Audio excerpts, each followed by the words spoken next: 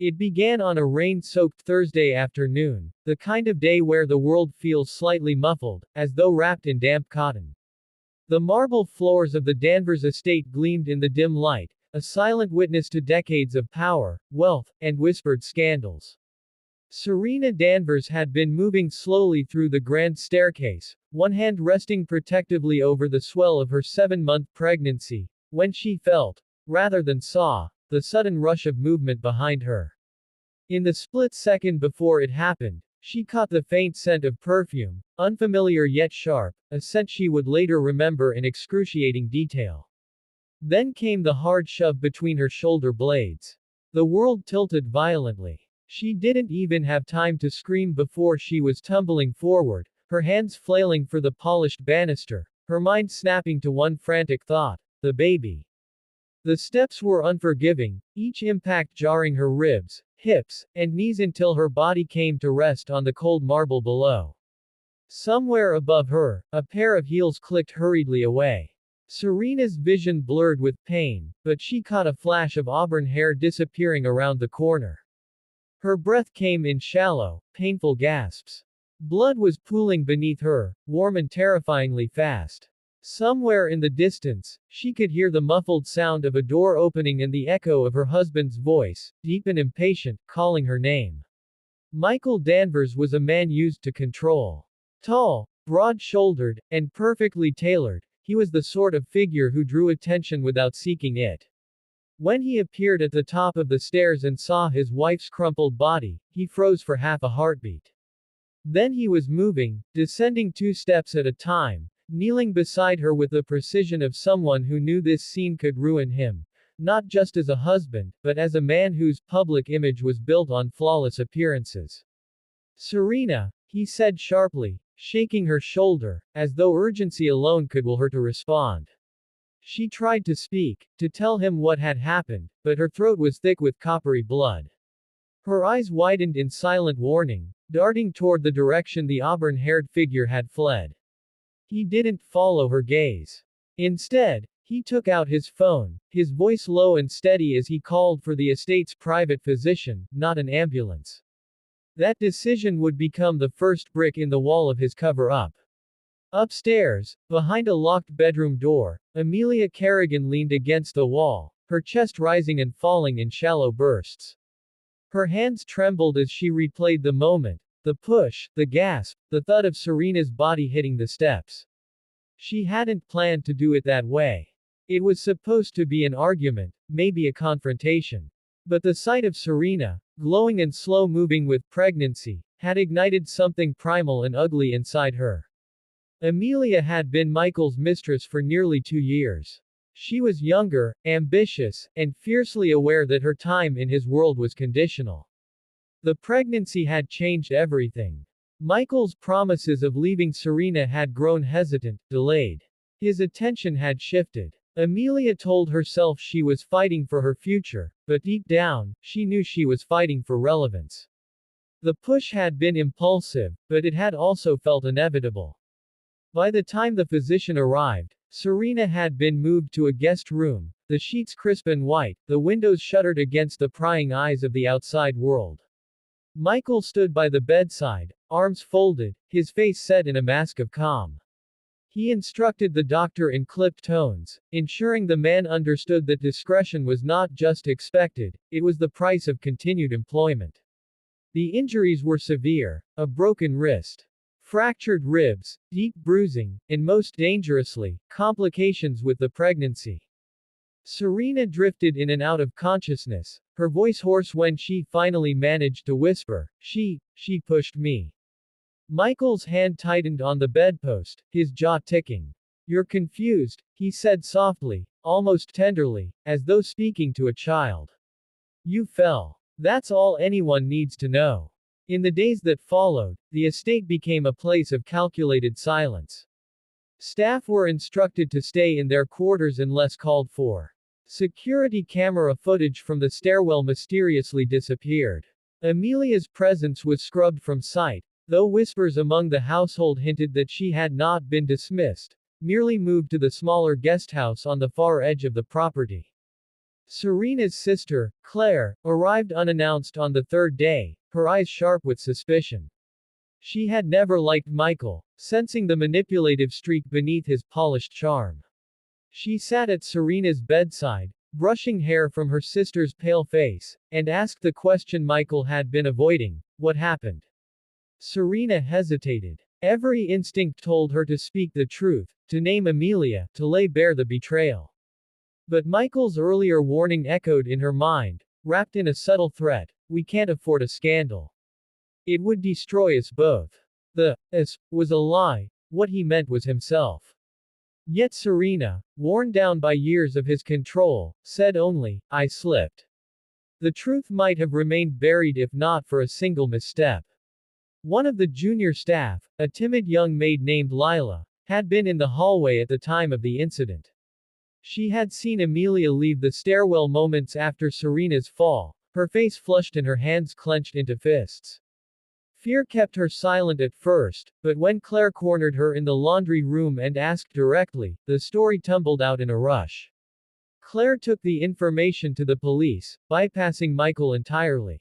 It was a dangerous move, one that would ignite a battle neither she nor Serena were fully prepared for.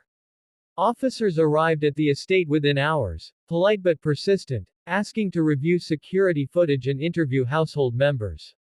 Michael received them with his usual charm, but beneath it was a coiled tension. He denied Amelia's presence that day, claimed Serena's injuries were the result of a tragic accident, and offered just enough cooperation to seem credible. For a while, it seemed he might succeed. But court cases, like storms, gather force slowly before breaking open. The turning point came when the deleted footage was recovered from a backup server Michael had overlooked. The grainy video showed Amelia following Serena up the staircase, then a sudden movement, a blur of force, before Serena tumbled forward. When the evidence was presented in court, Amelia broke. Her confession was messy, tangled with self-justification and bitter resentment. Michael's role in the cover-up was harder to prove, but damaging enough that his pristine public image crumbled overnight. Serena, seated in the courtroom with her newborn swaddled in her arms, watched the man who had once promised to protect her sit stone-faced as the verdicts were read. The push had nearly ended her life. The lies had nearly erased it. But the truth, once freed, had a weight of its own, heavy enough to topple even the walls of the Danvers estate. The courtroom was a cauldron of tension, its polished wood and muted lighting doing little to soften the raw emotions swirling within. The case of the pregnant wife, pushed down the stairs by a jealous mistress and the subsequent cover-up by her millionaire husband, had gripped the public's imagination. News outlets buzzed with speculation, social media churned with outrage, and the gallery was packed with spectators, their whispers a constant hum beneath the proceedings. The trial had already revealed sordid details, infidelity, betrayal, and a calculated attempt to erase a crime.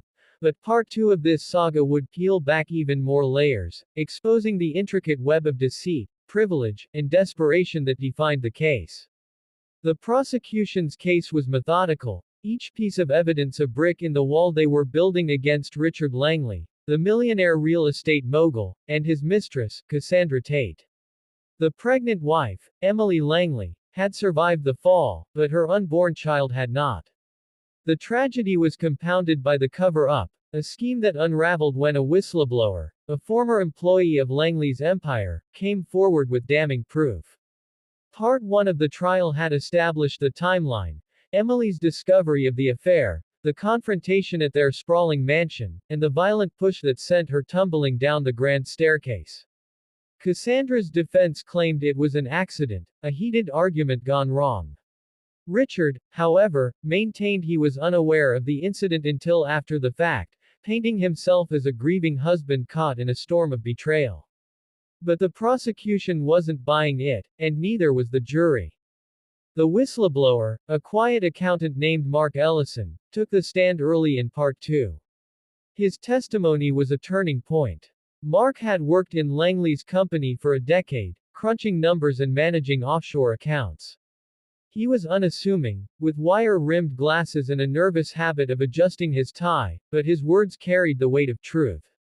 He revealed a series of encrypted emails between Richard and Cassandra, sent in the days following Emily's fall. The messages were chilling in their pragmatism. "We need to control the narrative," Richard had written. "The staff will stay quiet if we pay them enough." Cassandra's response was equally cold. "She's not waking up anytime soon. We have time to clean this up." These weren't the words of a man blindsided by his lover's actions, they were the calculated moves of a conspirator. Mark explained how he'd stumbled across the emails while auditing the company's servers. At first, he thought they were innocuous, but curiosity led him to dig deeper. What he found was a trail of financial transactions, hush money paid to the mansion's staff, a private doctor hired to falsify medical records, and a hefty donation to a local police charity, suspiciously timed just before the investigation was initially closed. Mark's voice trembled as he recounted his decision to copy the files and turn them over to the authorities. "I couldn't sleep knowing what they'd done," he said, his eyes fixed on the floor. Mrs. Langley deserved better. The defense tried to discredit Mark, painting him as a disgruntled employee with a grudge. They pointed to his recent termination, conveniently omitting that it came after he began asking questions about irregular payments. But Mark's calm demeanor and meticulous documentation were hard to dismiss. He presented spreadsheets, timestamps, and even a recorded conversation where Richard instructed him to bury certain expenses. The jury's faces tightened as the recording played, Richard's smooth voice betraying no hint of remorse. The defense's cross-examination faltered, their questions met with Mark's steady, unflinching responses. Next came the testimony of Dr. Sarah Bennett, the private physician who had treated Emily in the critical hours after her fall. Dr. Bennett was a reluctant witness, her medical license already under review for her role in the cover-up. Under oath, she admitted to altering Emily's medical chart to suggest the fall was due to a fainting spell caused by pregnancy complications. Mr. Langley offered me a significant sum, she confessed, her voice barely above a whisper. He said it was to protect his family's reputation. The prosecution pressed her on the specifics, $200,000 deposited into her account, plus a promise of future contracts with Langley's company. Dr. Bennett's testimony painted a picture of a man willing to exploit his wealth to bend the truth, a man who saw his wife's suffering as collateral damage. Emily herself was the prosecution's most powerful weapon. Though still recovering from her injuries, she took the stand with a quiet strength that silenced the room. Her face was pale, her hands clasped tightly to hide their trembling, but her voice was steady as she recounted the events leading up to the fall. She described finding love letters from Cassandra in Richard's study, confronting him, and then facing Cassandra's venomous rage. She said, "I didn't deserve him," Emily testified, her eyes glistening. "She said I was in the way. The push," she said, "was deliberate." Cassandra's hands on her shoulders, the sudden lurch backward, the sickening tumble. Emily's voice broke as she spoke of waking in the hospital, learning her baby was gone, and hearing Richard's assurances that it was all a tragic accident. The defense tried to cast doubt on Emily's memory, suggesting her injuries clouded her recollection. They argued that Cassandra, a woman of impeccable character, had no motive to harm Emily beyond a momentary lapse in judgment.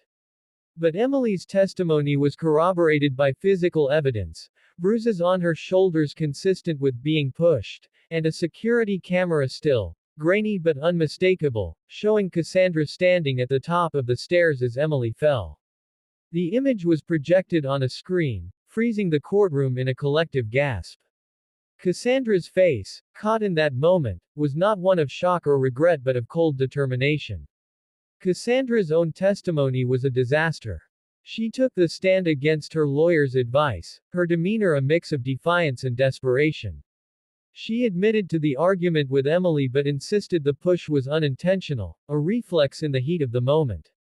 "I loved Richard," she said, tears streaming down her face. "I never meant for this to happen. But her words rang hollow against the mountain of evidence. The prosecution dismantled her story, pointing out inconsistencies. Her initial claim that she wasn't at the mansion that night, contradicted by the security footage. Her assertion that she and Richard had ended their affair, undermined by the emails. And her plea of ignorance about the cover-up, which crumbled under the weight of her own incriminating messages. Richard's testimony was equally damaging. He presented himself as a man betrayed by his mistress, unaware of her actions until it was too late. But the emails and financial records told a different story. The prosecution painted him as the mastermind, orchestrating the cover-up to protect his empire and his image. They highlighted a particularly damning email where he instructed Cassandra to make sure the staff knows the consequences of talking. When questioned, Richard's polished facade cracked. He stumbled over his answers, his usual charisma replaced by a defensive edge. The jury saw a man accustomed to buying his way out of trouble, now cornered by the truth. The trial's climax came with the closing arguments. The prosecution wove a narrative of greed, betrayal, and callous disregard for human life. They argued that Richard and Cassandra's actions were not just a crime against Emily but an assault on justice itself, a belief that wealth could erase consequences. The defense, grasping at straws, leaned on emotional appeals, urging the jury to consider the humanity of their clients. But the evidence was overwhelming, the truth undeniable. As the jury deliberated, the courtroom buzzed with anticipation. Emily sat quietly, her hands folded, her eyes fixed on some distant point. Richard and Cassandra, seated apart, avoided each other's gaze. The verdict, when it came, was swift. Guilty on all counts. Attempted murder for Cassandra, conspiracy and obstruction of justice for both. The gallery erupted, some cheering, others weeping. Emily's shoulders sagged, not in relief but in exhaustion, as if the weight of her loss could never be lifted. Part 2 of the trial didn't just expose a crime, it laid bare the fragility of trust, the corrosiveness of power, and the devastating cost of betrayal. For Emily, it was a step toward justice, but no verdict could restore what she'd lost. For Richard and Cassandra, it was the end of their carefully constructed lies, a fall from grace as brutal as the one they'd inflicted. The case would linger in the public consciousness, a cautionary tale of love twisted by jealousy and ambition, and a reminder that even the wealthiest cannot outrun the truth.